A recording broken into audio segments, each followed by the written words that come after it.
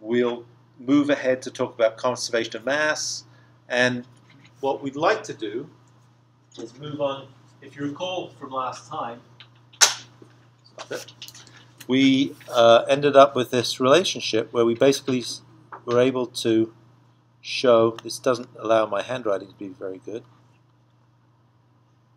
Yes, I need to get back into the swing of things. We basically did an example which allowed us to look at a very simple one-dimensional element which had nodes at each end.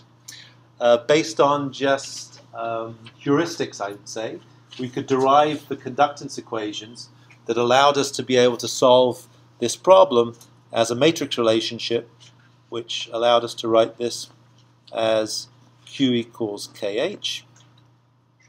And this relationship here, the only thing that was difficult for us to deal with was to be able to develop this conductance matrix.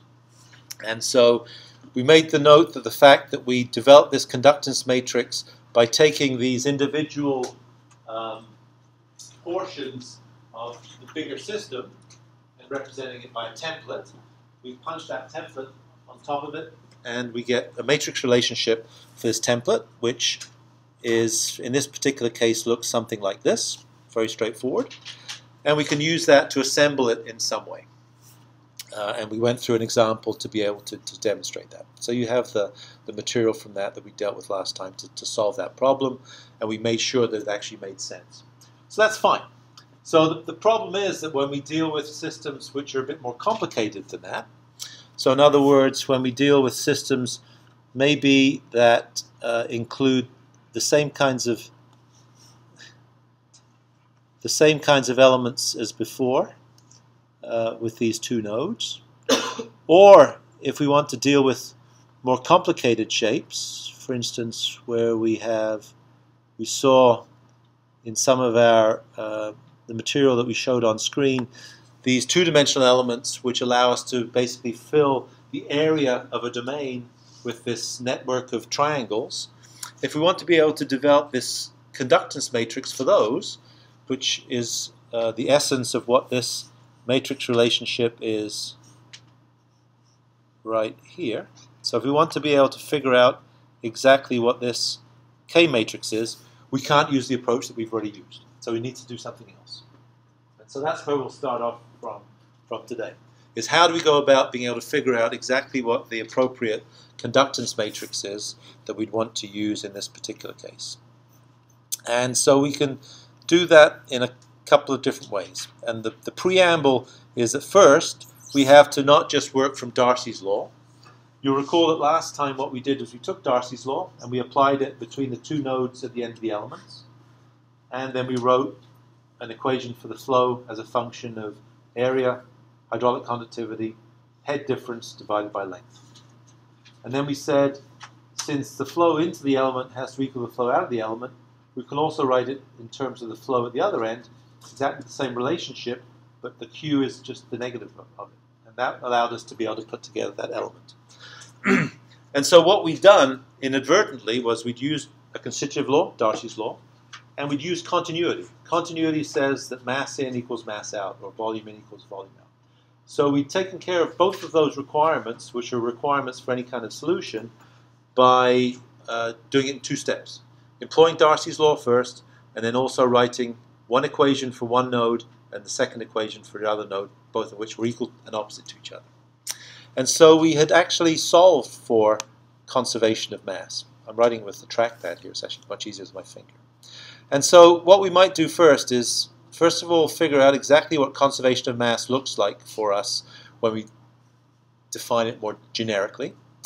And then once we have that, we can go about being able to use that statement to be able to have a general way to define exactly what this conductance matrix is. So this will allow us to basically generically define these conductance matrices for any kind of geometry 1, whether we want it for a little brick element like this, whether we want it for a triangular element, or whether we want it for something which is maybe not very good artwork here, I'm afraid, something that maybe is three-dimensional. Could be a triangle, with nodes in each corner. So 1D, 2D, or 3D elements. So that's the basic relationship we have to develop. I'm not so worried about you understand all the nuances of how to derive this, because I don't think it's so important. It's important to get the final result and realize how to use the final result. And so it all stems from understanding behavior with continuity. I can't write very well on this, so I'll just perhaps describe what's going on. Conservation equation. Conservation equation. We can conserve all kinds of properties.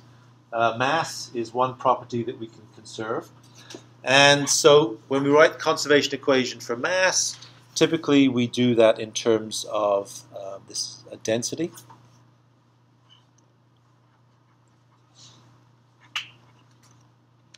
Rho. So our standard terminology is the rate of change of density in a small element is equal to the amount that comes in versus the amount that goes out. So this is in minus, yeah, I apologize for my bad writing. That says, if you can read that, that says in. I realize it's not very clear, is it? And so all this is saying is that the amount of mass that you accumulate is a function of the amount that comes in the x direction versus the amount that leaves, and the amount that comes in the y direction. This is just density, and this is the velocity in the x direction, density and velocity in the y direction as well. And so typically we can make some assumptions in this. And one assumption, if you look at steady state behavior, is that density is constant and that density doesn't change in a particular location with time. And if you do that and you substitute that into equation 1, the components that come out of this are that there's no, if you take this, you're left only with this relationship.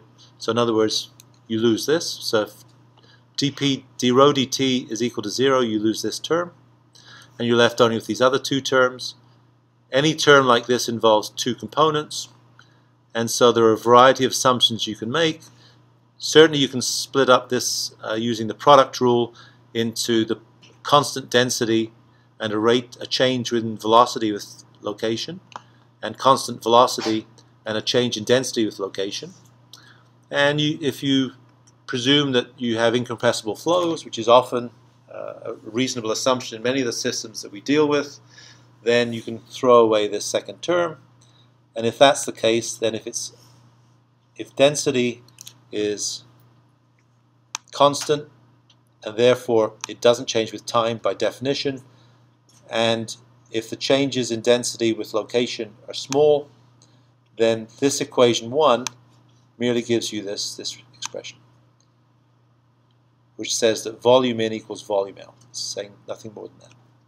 And that's the general form of the continuity equation. We don't have to make those assumptions. We can leave it open that, for instance, density can change with time. And if we do that, then what we could do is, in terms of looking at the rate of change of density with time, we can write that just as, so we can write, so I'll try and get it right in, so we can also write change in density with time is also equal to the change in density with time, and we can multiply both the right hand side, the upper part and the lower part, by a change in pressure, right? So don't confuse these. This is density, rho. This is fluid pressure, P, up and down. So all we're doing is we're multiplying this expression by dP over dP, nothing more than that. That's exactly what this is. And so if we do that, then we can use this rate of change of density with pressure, which is this first term, to be able to define something in terms of a compressibility. And so in other words, this rate of change of density with time, we can write this isn't quite, but it's almost a compressibility term, which the petroleum engineers will kind of recognize, and a rate of pressure change with time. So compressibility times the pressure change gives you a volume change, and it's that volume change which contributes to the continuity equation. So the two components then that we need if we're using that are that we can take this relationship where we have this term on the left-hand side of this, which we don't need to throw away. We can keep it as constant, keep it as a value. And we can modify it to be able to look at how density changes with time. We can multiply both top and bottom by a volume. So in other words, if you look at this expression here, we're doing nothing other than multiplying by 1. We have both density and volume in the derivative, which we can multiply out in the same way as we did previously, but just by splitting the variables. One part which is constant density and a volume which changes with time, this one here. And one part which is constant volume and a density which changes with time. And based on that, if we make the substitutions, then exactly the term that comes out of here, this term here, that's inside this box here, a change in volume with pressure per unit volume is, by definition, the usual term that's used in petroleum engineering is beta. So this is a compressibility term. Change in volume with pressure, so it has inverse units of pressure, 1 over pressure, and so this is a compressibility multiplied by density and a pressure change. And so if we take this relationship, which is the change in density with time, we substitute that back into here, and we use this term to represent a constant density multiplied by a rate of change of velocity by substituting Darcy's law. In other words, if we substitute this, we end up with this final expression, which is this here. This is the final continuity equation. Not doing it very well. But you'll see these two parts. The left-hand side is this compressibility term we just talked about, multiplied through by a pressure change with time. And the right-hand side, all we've done is we've taken Darcy's law and we've substituted that in for this particular velocity that exists here. Nothing more than that. So don't worry about this. The summary of this is that this continuity equation, if we substitute Darcy's law in for these two terms, and if we substitute a compressibility term in for this left-hand side, we end up with the porous medium flow equation. Permeability, viscosity, second order partial with respect to pressure. Permeability, viscosity, second order partial with respect to pressure in the other direction, x and y, so it's two-dimensional. And on the left-hand side, we have a capacitance term, nothing more than that. And so this is the relationship which many of you will be familiar with, which basically is this expression here on the bottom in smaller form. So this is the capacitance term, rate of change of pressure with time, compressibility, permeability, viscosity, the del operator, the derivative operator, we can look at that in a second, and a pressure. And so many of you will be familiar with that. And so that's the place where we have to start if we're going to now derive expressions for finite element matrices, which aren't based on this heuristic that we used before, just using Darcy's law for this very simple geometry. And so I don't know how best to explain this. It's unfortunate in that the other irony of this is that the finite element method, which was developed really for solid mechanics, the derivation to derive the expressions for solid mechanics are really quite straightforward and physically based and intuitive. But when you try and deal with the flow equations, they're a little convoluted, and they're mathematically based rather than physically based. And so what I propose is to do this. There are two ways to look at this derivation. I just want to talk about it in overview. The whole derivation is in here. It really doesn't matter. What really matters is perhaps getting some feeling for the steps that we've gone through to get to the end point, and also being able to kind of understand how those steps relate to this conservation equation. So let's do that. So think about this in big picture terms.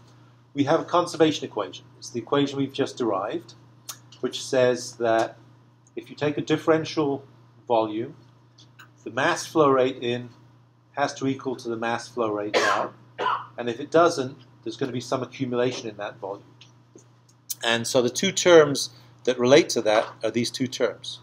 This is mass rate equals in equals mass rate out, and if that's not equal to 0, then it's equal to some accumulation. Accumulation occurs by increasing the pressure and compressing the fluid that's in there, and therefore allowing more mass to accumulate. And so the expression that we'll try and solve in this typical volume is going to be that differential equation. If we think about a volume, and so this is a two-dimensional equation that we have here in equation 6. If we think about the domain, if you like, it's going to be two-dimensional in x and y, and the z direction is out of the page at you, and you can have two boundaries applied for this. So one boundary is the boundary on which we apply one particular boundary condition, and that boundary condition is where, well, let's also do this, in that you could also write this as, if you work in groundwater hydrology, you can also write this equation as specific storage times rate of change of head with time is equal to hydraulic conductivity times second order derivative of head with time. And so this is the other way that some of you might have seen this expression. Sometimes it's more convenient for us to work in pressures, certainly in petroleum and geothermal engineering, because the pressures are high and the phase of the material is important. Certainly in groundwater hydrology it's much more straightforward to use heads, because actually gravitational forces are automatically accommodated in the head, and you're not working at such large pressures that phase behavior is particularly important. So we can work with either one of those equations. You can see that they're identical. They just change in their coefficients. And so you can imagine the case where you can prescribe boundary conditions. On part of the boundary, you prescribe it as the head being constant. So we have a head prescribed. If you remember the example we did with the upstream dam and the downstream dam, we were prescribing heads on the upstream and downstream boundary conditions. So that was the kind of boundary condition we prescribed here. But you can also prescribe a boundary condition which is a flux boundary condition. You're sucking water out at a certain rate. You're pumping water into a well at a certain rate. And so the other boundary condition on the other part of the boundary, it has to be separate parts of the boundary. SA in one case and SB in one case is that we prescribe the flow rate. And so this is a velocity. And the velocity is given by the magnitude of the hydraulic conductivity multiplied by the gradient of the head, corrected for the direction of the normal to the boundary. So in other words, this term here will give us the velocity in the x direction. Do that, whoops. But if we want to take the velocity in the x direction and convert it to the component that is applied normal to the boundary, which is the only unique velocity that we can use in this, we have to multiply it through by its direction cosine, nx. Likewise, if we take the velocity in the y direction at any point on the boundary, we can also multiply that by the direction cosine, and that will give the component from the flow in the y direction that actually occurs in the direction of this arrow. So we only want to prescribe one flow velocity across the boundary. So it has to be normal to the boundary. And so it has to be, instead of in the x and the y directions, which is prescribed inside here, we want it to be normal to the boundary on the outside. So that's fine. So sit back and think a little bit about this big picture. So here's the solution procedure. It's kind of mathematical, but if I put it in words, this is what it is. So you take the differential equation that we have. rate of accumulation is equal to rate in minus rate out. Don't care about the Q term. So that's the differential equation we have. This is true everywhere inside this shape here, everywhere. In addition to that, on the boundaries, the conditions that are required for the boundary conditions are these two other conditions. On a portion of the boundary, we have a head which we're prescribing. And if we prescribe the head, then we want to calculate what the flow is across that boundary, the complementary condition. Likewise, there is a part of the boundary where the flow rate will be prescribed, and on that boundary, we'll typically want to calculate what the head or the pressure is. So we know one condition, and we'd like to be able to calculate the other. So those are the conditions that we apply. So let's do this. Let's take the governing equation, which is this one. This is the first equation at the top of the page. I guess it is numbered number 1. So this is the first equation. We write that out. We set it equal to 0 just by dividing this term onto the left-hand side. So that term should equal 0. This is saying that the flow rate out of the edge of our system has to equal the gradients of pressures and the hydraulic conductivities inside. They have to be matched by each other by definition. And so we could also subtract the right-hand side from the left-hand side here, and it would equal 0. So equation 1 equals 0 if we arrange it that way. Equation 3 equals 0 if we arrange it that way. And so this is the governing equation, set equal to 0 all the way along here. This is this boundary condition on that portion of the boundary, set equal to 0. And so if we add those together, they should still equal 0. We haven't done anything else. If we take those two equations, they should equal 0 at every single place on the boundary for this portion, and also in the domain for the other part. If they both equal 0, then if we multiply them by some number, some arbitrary number w, omega, then they should still equal 0. So we haven't done anything to violate that yet. And if individually they equal 0 at every single point, and then we sum all those values up at every single point by integrating them throughout the area of the our domain that we have, then it should still equal 0 too. And so all we've done is we've taken the governing equation and the boundary condition, the governing equation that acts on throughout the whole body, and the boundary condition that acts only on the boundary of the system. We know that those equal 0. They equal 0 everywhere. We multiply them by some number, which we haven't described yet. They should still equal 0. And if we sum them for every single point, which is really what an integration is, then they should still equal 0. So that's what we've done.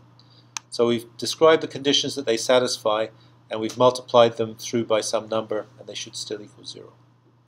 So we haven't violated anything else.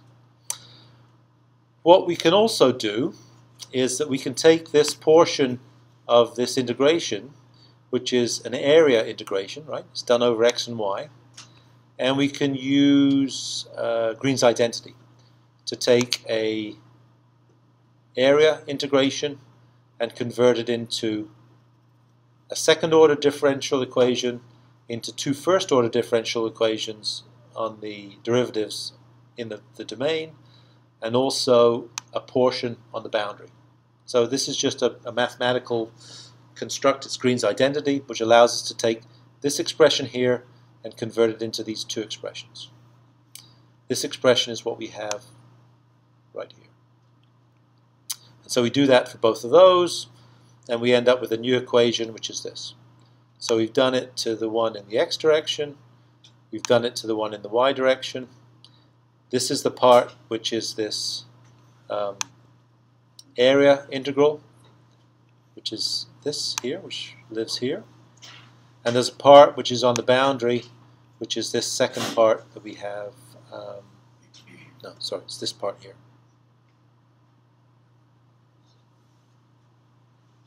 Yeah, this part here. And so we haven't done anything. So we've got an equation, it's equal to 0. We've multiplied it by something, still equals 0. We've weighted it by some number, So equals 0. Then we've integrated it. It just still equals 0. We've taken one of the terms and we split it in the one integral into two parts, a body integral and a surface integral, and we've resubstituted that. And then we realize that these two parts that we have on this boundary integral here, one is over the full boundary, and one is just over the boundary S sub b, where we prescribe this flow rate. And so the difference between the full boundary and the part over which we apply this flow rate, right? If you think about this, the full boundary, the part where we apply flow rate, the part that's left is just the integral over the remaining part of the boundary. And so we can substitute these two equations by this expression here, which is this. And that's the final expression that we end up with. And so you notice a few things that are kind of noted here. One is that we started off with a differential equation which has a second order derivative in it, d2h dx squared. And what we've done is we've converted that into something that only involves two first order derivatives. That's actually helpful to us. So we've changed something which looked like this into things that have only this in it. We've got a volumetric flux in here, which is Q, which I don't see where that went, which is this, which is indexed by this weighting factor as well. The boundary flux that we have is only defined now on the part because of this relationship here, right? The full integral, the part on B, the difference between them has to be just the integral over A. So the only part that we have left is this one here, which is the flux which is prescribed on the part where we prescribe a head magnitude only. So we've changed the boundary condition around for that. And so the nodal flux conditions which are applied on the other part of the boundary are actually have disappeared miraculously. They don't exist anymore. And so those have gone. And so physically what we're doing, if we want to explain what's going on, is that this weighting function that we've applied, this omega, we said it was just a number we multiplied those through by. It could be a number, but what actually it's going to be is it's going to be some kind of weighting function. And the weighting function, if we take four elements that are close to each other, so I'm not sure how to show this. So in other words, if we, let's see if I can do this, I can certainly, it's going to look, I don't know how good my drawing is going to be. So what we could do is if we think of an element that looks like this is really bad, is that this value that we apply, which we called omega, is just a value of a weight. And that weight we apply so that it is applied at a location, but it diminishes as we go away from that location. It could look like a whole variety of things. And so this weighting function is exactly that. It's a weight function. And they're called weighting functions in finite element methods. And so rather than just applying a number which we multiply this by at a point, we apply it at a point and we have it diminish away from that point. And we replace this with what we call weighting functions. And these weighting functions allow us to be able to define, for instance, the head as a function of the values of the heads at each of the nodes, but multiplied by a weight. And this weight, b sub I, is just a magnitude of a function which, when you take the value of the head at node 1, at this node here, and you multiply it by this weighting function, you take the value of the head at node 2 and multiply it by a different weighting function, etc., you end up coming with the actual value of the head at any point within the element.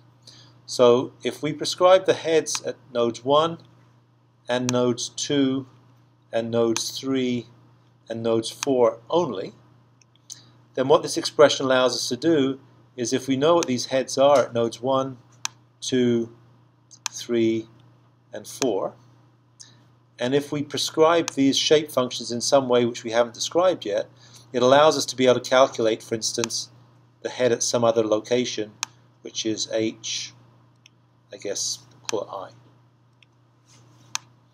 So this is the head at some location in the element. So we know the nodal values only, 1, 2, 3, and 4. We want to know what the value is in the middle, or any other place inside those 4 values. We can use those weighting functions to be able to do that. And so we will find out that we can figure out what the functions are that allow us to do that, and so long as we have the nodal values, we can always make this transformation. So what we do is we substitute for this weight here these weighting functions b. If we throw it, this gives us the idea of it, so that we can get the head at any point as a function of nodal heads and these functions. We can get the flux at any point as a function of nodal fluxes and these expressions. And we can get boundary fluxes at any location as a function of nodal fluxes and these weighting functions as well. So it's a bit, seems a bit arbitrary, but that's what we end up doing. So we replace this omega by b, we substitute it in, and we end up with a very long, very complicated recursion expression, which has some features that are a conductance matrix. This is our K matrix, what we'll come back to look at as our K matrix, multiplied through by heads. And as we said before, these conductance matrices or stiffness matrices are functions of 2 things, right? Material properties, hydraulic conductivity, permeability, viscosity, and also the geometry. And you see those 2 properties embodied in here. It has the hydraulic conductivity, and it also has the geometry of these shape functions as a function of x and y. And so you can imagine that is in some ways accommodating the geometry of these particular elements. A term which relates to the storage, so this is capacitance. So I don't want to give you whiplash, but this is this term here on the left-hand side. This capacitance term ends up turning up in this.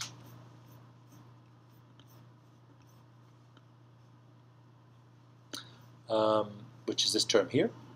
And so these actually are the only, this one and this part are the 2 most important parts. The other ones are kind of superfluous.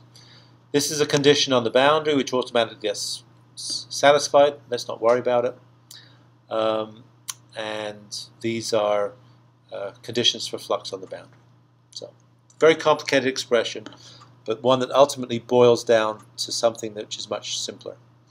And so if we boil it down, we end up with this generic expression.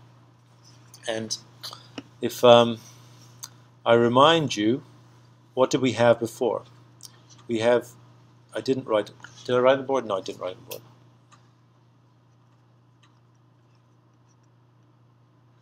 This is what we used last time in class. Nodal values of heads, nodal values of fluxes, some relationship that links them together.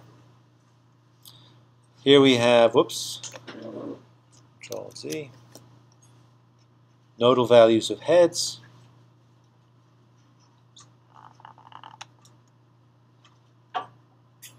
this is a conductance matrix, so this is exactly this term here. And in terms of magnitudes of fluxes at the boundary,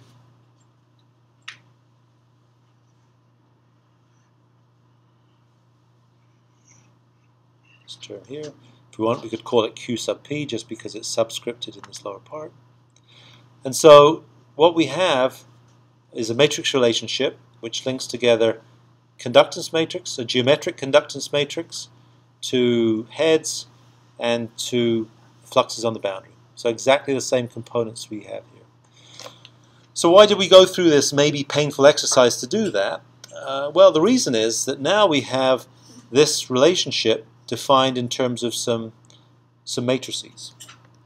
And these matrices are absolutely universally true for any conductance matrix we want to develop for flow problems, irrespective of whether it's this one-dimensional element with 2 nodes in it, triangular element with 3 nodes on it, a quadrilateral brick with 4 nodes on it in 2 dimensions, or in 3 dimensions. So this relationship here exactly is exactly the case for any of these systems. And so we can use that to be able to solve some of these problems. So that's enough derivations for now. So the bottom line is you should kind of understand in general what's going on. We take continuity equation, we put Darcy's law in that continuity equation, we get a governing equation, diffusion equation. It defines volume in equals volume out unless we get accumulation. We take that equation with some boundary conditions and we can manipulate it in some way by making it equal to 0. We can add the boundary conditions to it and it still equals 0. We can multiply it by a number, still equals 0. We can integrate it over the whole body, still equals 0 because individually equals 0. Manipulate it a bit, and then what comes out of it, if we use these weighting functions, is some expression that we can use universally. So let's leave that for now. Let's concentrate on an example. I'll come back to this. This is maybe a more straightforward way of solving it. So this is the expression that we have. And this is the expression that we will use henceforth. And that is that flow rate in is equal to this geometric conductance matrix multiplied through by head. And this conductance matrix is exactly this. So what are these individual components? Well, in our particular case, for this one-dimensional element, D is just equal to Darcy's law. Multiply, it's just a 1-by-1 matrix, nothing more than that.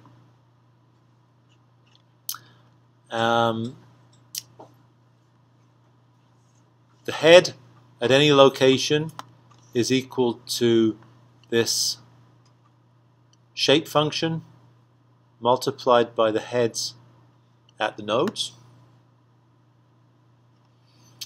And the A matrix is equal to the derivatives of the shape functions times B. Trying very carefully to write this. This is A is equal to the derivative with respect to x of B. That's it. And so if we know that, then what we can do is we should be able to do exactly the same problem as we did previously, but use this new expression to be able to do it. And so let's solve the same problem that we did last time, just using this way. So you remember we have two elements which are part of the dam. It has a higher permeability, conductivity upstream to downstream. We have two elements and three nodes. We have a downstream head of 20 meters and an upstream head of 25 meters. We take this template of an element that we had before and we place it individually on each of these locations. But now what we know is that the conductance equation, which will define the behavior of this element, is just given by this expression. So now we can do it instead of this method we used last time, we can do it maybe a bit more rigorously. So what do we have to do? We know the hydraulic conductivity for this. So if I can get this on. So we know these values, and so we definitely know exactly how, I can't write this. We definitely know how to get this matrix. I'm not underlining that. So we definitely know how to do this, right? We can get this 1-by-1 matrix very easily. It's just going to be equal to this one magnitude. The nodal values of heads that we'll have will be at nodes 1 and 2. So we'll have two values of heads in this element. And so we'll want some kind of shape function to be able to map these heads to give us the head at any location. So we can do that quite straightforwardly. The easiest way to do that is just to write, to make some assumptions. And the easiest assumption is that if you take this element, you can get them both on at the same time. So if you look at the upstream location and the downstream location, then those are these locations here.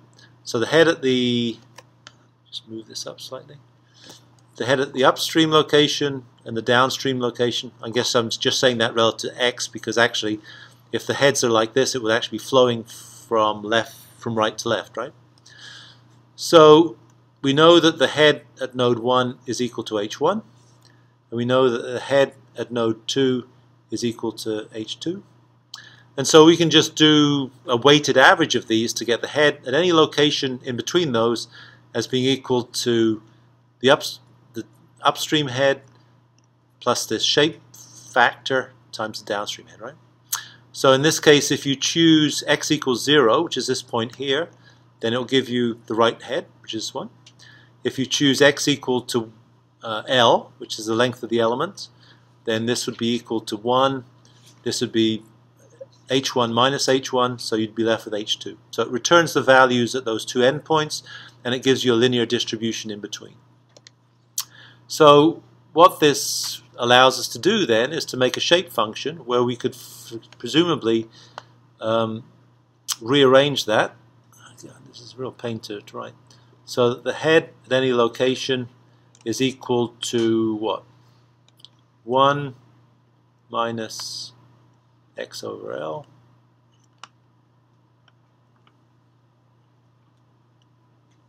H1 plus x over L H2. So all I've done is I've taken this equation here and I split out the values for H1 and put them together and the values for H2 together. And so this actually is just our shape function multiplied by h. Right? Nothing more than that. And so this would be our term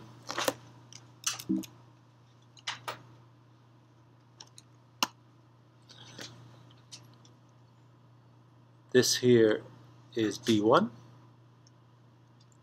and this term here is B2. So it's just the shape functions. So in other words, the head at any point is equal to B1 times H1 plus B2 times H2, which is equal to just this matrix relationship, B, H. Right. So that's the big leap of faith we have. So now what we have is we have a matrix which is this B matrix. We said before that to be able to solve this, we need to figure out what this A matrix is, and A is just a derivative of the B matrix. And so if we know what B is, we can take the derivative and we have everything we need. So we have A, we have D, we can presumably get the value of this conductance matrix. So that's it. So it's given us some way of being able to do that. So here's the full deal. So this is what we need. We need a stiffness matrix, conductance matrix. We need to figure out exactly what these two component matrices are to be able to do that. We said that the one matrix is just the conductance on its own, a 1 by 1 matrix, nothing more than that. We've said that the A matrix is this derivative of the shape function matrix, and we need to figure out exactly what the shape functions are. And so we just from previous, this is our relationship. This is our shape function matrix here. Operates on heads and gives us the head at a location as a function of the nodal heads which are only prescribed at the nodes, nothing else. If we take the derivatives of this with respect to x, then the derivative of this with respect to x is just minus 1 over L. And the derivative of this is just plus 1 over L, which is this term here. And so the A matrix we have also. So we have these two relationships we need. We have the A matrix and the D matrix. We can put them together. And so A, D, A transpose looks like this. What else do we need to do? I guess, is there a picture of the element on here? No, there isn't, so I'll draw it here. What does our element look like? Our element kind of looks like this, is if we think about it. It's only has one significant directional behavior, right, which is along the length of it. But this would be an area, and this would be a length. And so we know that, for instance, we could write, how would we do this? So if we want to integrate that, if we wanted the volume, for instance, it would be the integral of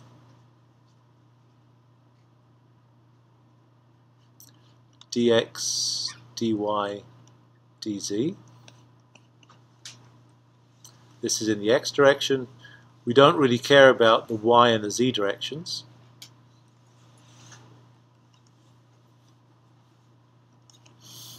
But we could also write this as being equal to the cross-sectional area multiplied by the integral of dx, right?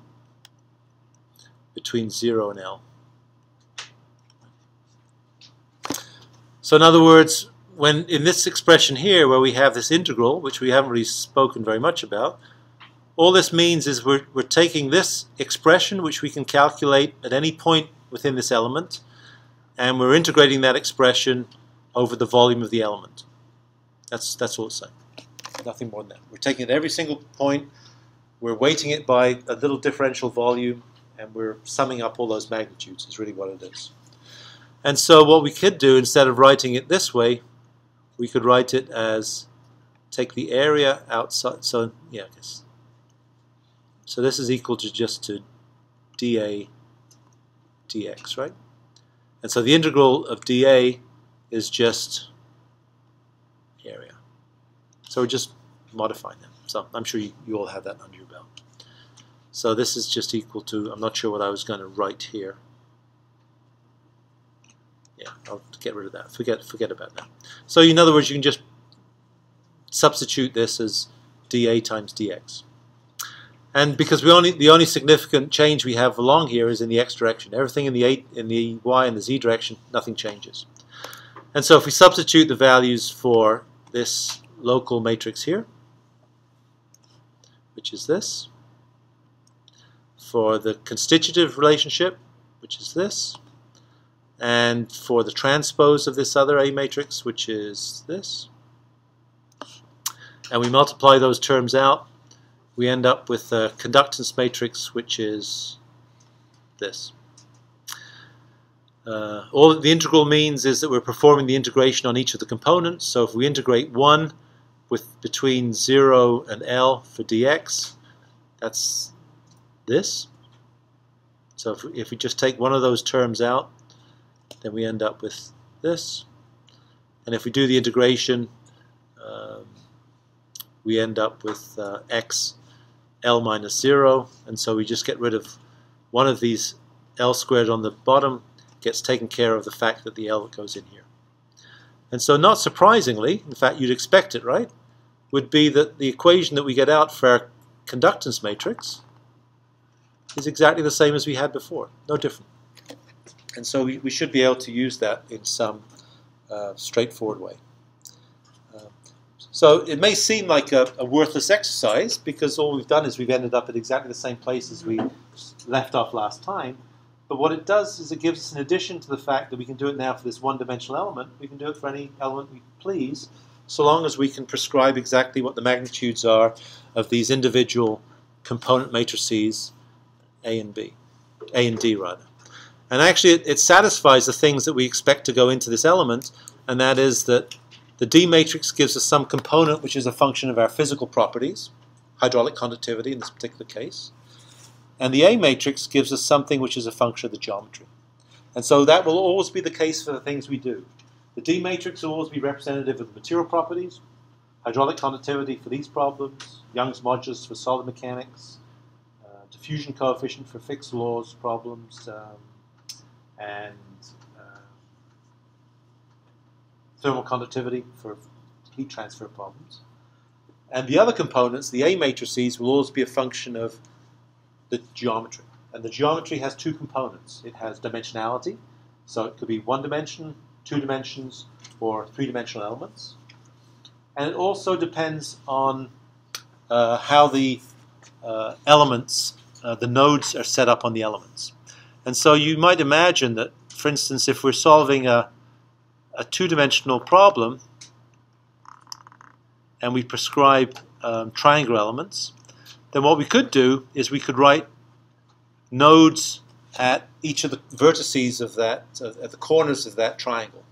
In which case, this kind of geometric matrix we have, the A matrix, will be conditioned by the fact that we have that particular geometry. And so, but also for the same two-dimensional problem, we can also develop elements that have mid-side nodes, which are actually more accurate. And so that now will have a different arrangement of nodes on the element. And so the A matrix that would come for the one that has 3 nodes and the one that has 6 nodes would actually be different. And so it'll always be the case that the D matrix is a function of constituent properties. Darcy's law, diffusion coefficient, thermal conductivity, Young's modulus, Poisson ratio. And the A matrix will always be a function of the dimensionality, 1, 2, or 3 dimensions, and the kind of arrangements of the nodes around the element. And so now what we're able to do is, if we want to, we can take this to the next level to be able to do it for a triangle element. Before we do that, though, let's do something else just to mess around. I mentioned before, and you have this uploaded on your system, is that this little toy I have, which is a little finite element code that I wrote, I guess, a few years ago now. 2005, I think, is when it was written. And it runs on MATLAB, although I'm too tight to buy MATLAB, so I've got FreeMat, I guess, which is this little program here. And what it allows us to do is to solve problems which are related to this. And so, in terms of the big picture, so what we've done is now we've developed this little element that has a particular matrix relationship, this 2 by 2 element.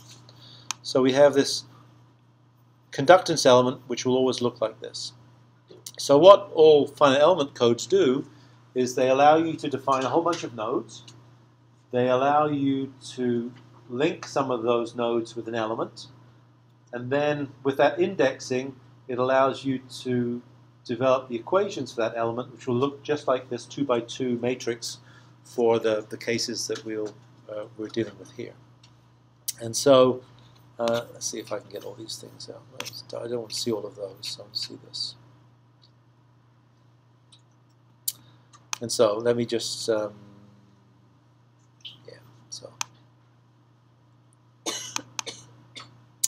so FEM run is, so this is the expression here. So yeah, you'll see some, can you see what I'm writing? Or should I change the resolution?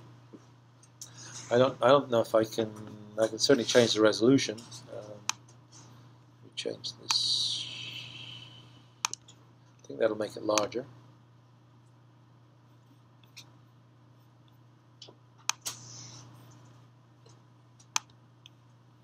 Yeah, better, maybe. And so what it allows us to do is to be able to run a very simple finite element relationship. And so for now, perhaps the only 2 relevant things in this. So you might be interested to download this. This is a zip file on Angel. It runs in MATLAB, if you know how to run these things, and it's just a little game to play that actually is set up in exactly the same way that all finite element codes are done, to be able to figure out exactly what the relationship is between elements and nodes and how you put together the matrix relationships for these systems. So it's kind of comprehensive in its own way, but it's really very bare bones. What is it? It's 129 lines of code. It solves lots of equations that looks like this. So the equation that we've done so far is that Q is equal to KH, right? So this is just written in terms of the parlance of finite elements as it came from solid mechanics. Force is equal to stiffness times displacement plus damping times rate of change of velocity of time, du dt, and mass matrix multiplied by accelerations. So this is just Newton's law, F equals ma, written for solid mechanics problems. It won't do the more complicated ones but it will certainly do transient problems. And it uses information in exactly the same way as you provide it, for instance, in a finite element model. And actually this is the code or the input data for the problem that we solve by hand. And if I can see if I can draw this. Don't know if I can I make it any smaller? I presume I can. See if I can keep these two things so I can draw this for you as we're putting it together. 2:11, we're going to run out of time. I'm not going to have time to do that. So let me just run it just for the heck of it. So what were we doing? So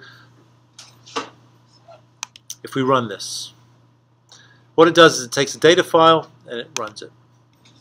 And you'll start to notice some things maybe that make a bit of sense. Is it cleared? So I'm just going to run it so I make sure that... Oh. So I am going to run it. So what you'll recognize some of these things, maybe not all of them. So remember the geometry we had. 3 nodes, 2 elements. So 3 nodes, 2 elements, 1 degree of freedom for head in each node, 2 nodes per element from the template, 2 materials, upstream and downstream, X dimension only, and the number of equations that come out of that are 3 and 2 elements. We input some information for properties. We have in one element nodes 1 and 2. It has 1 material. It's this particular flow element, and so the conductance relationship that comes out of it, the local element equation is 1 minus 1 minus 1 1 times 10 to the minus 6, right? Remember that? That was one of the parameters we had last time. The other 2 components don't matter. Remember that from the geometry we had, actually we can go back, right? You'll see it here. You'll remember this. So when we assembled this, we took this conductance matrix and it went right here, indexed with those degrees of freedom. Well, you have exactly the same here, right?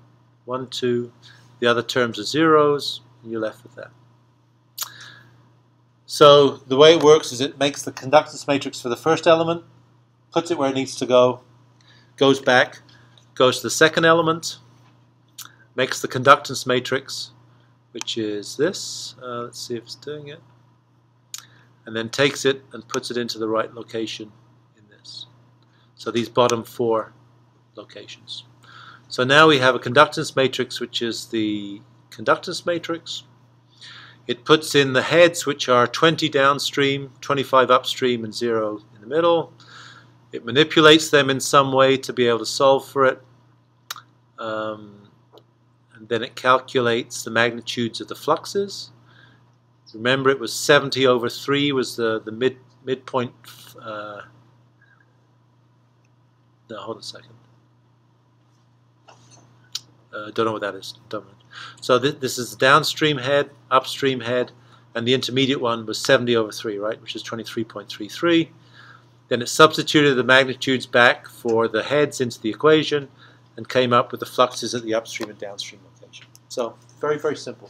So certainly you won't get any concept of that from using COMSOL. Of course, COMSOL's everything is written at a very high level, but the mechanisms by which all finite element codes work are basically the same ones that are embodied in this. So if you are familiar with how to use MATLAB, you might be interested just to download and play around with that. It has all the components in it to be able to deal with this for other elements.